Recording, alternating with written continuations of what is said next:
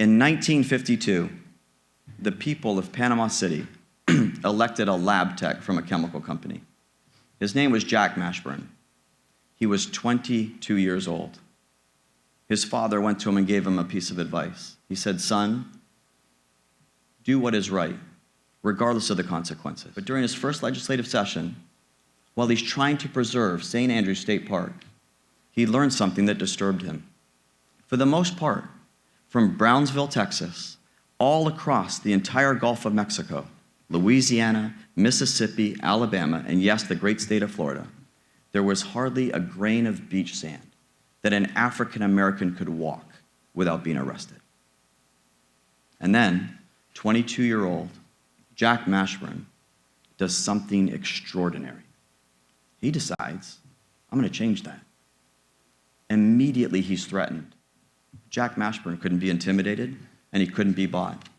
He stood his ground, and he changed that law. And true to their word, his opponents took him out at the very next election. He would serve one single term in office. It must have been very hard to sort of go against the prevailing thoughts of the time. Not at all, because I had listened to my father's advice. He said, always do what is the right thing, regardless of personal consequences. And I knew we could not continue to have a two-human being system where no person between Brownsville, Texas and Key West, Florida could put a foot on the sand or in the water without being arrested. And I said, if I do nothing else, I will change that. And I did. And it stands today. What gave you the courage to do it? My father. Because he said, always do what is right, regardless of personal consequences. And I knew my father meant it. Look around this place and tell us how this place is different than you remember being in the State House of Representatives. Well, there's a lot more people here, for one thing. A lot more people here. And I'm sure there are many here with the same courage I had. So let's see, 1952. Well, I was elected in 52, but I served in the 53 session. Back then, the state only met every other year. That's the year Dan McCarty died.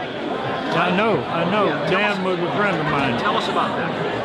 Well, that was a sad time because the governor was a friend of mine, and it was sad to see a man go of his courage because he too had great courage.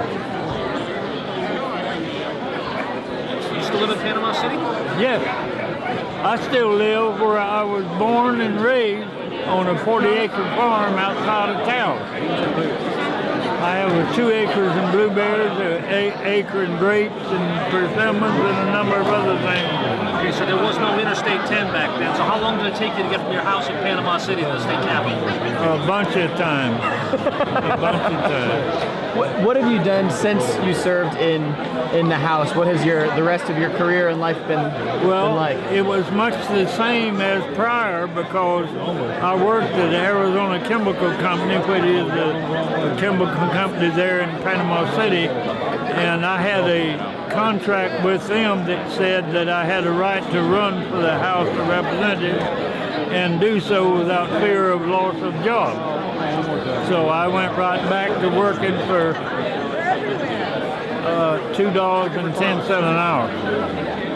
Well, sir, thank you for your courage and your inspiration. I appreciate it. Thank you.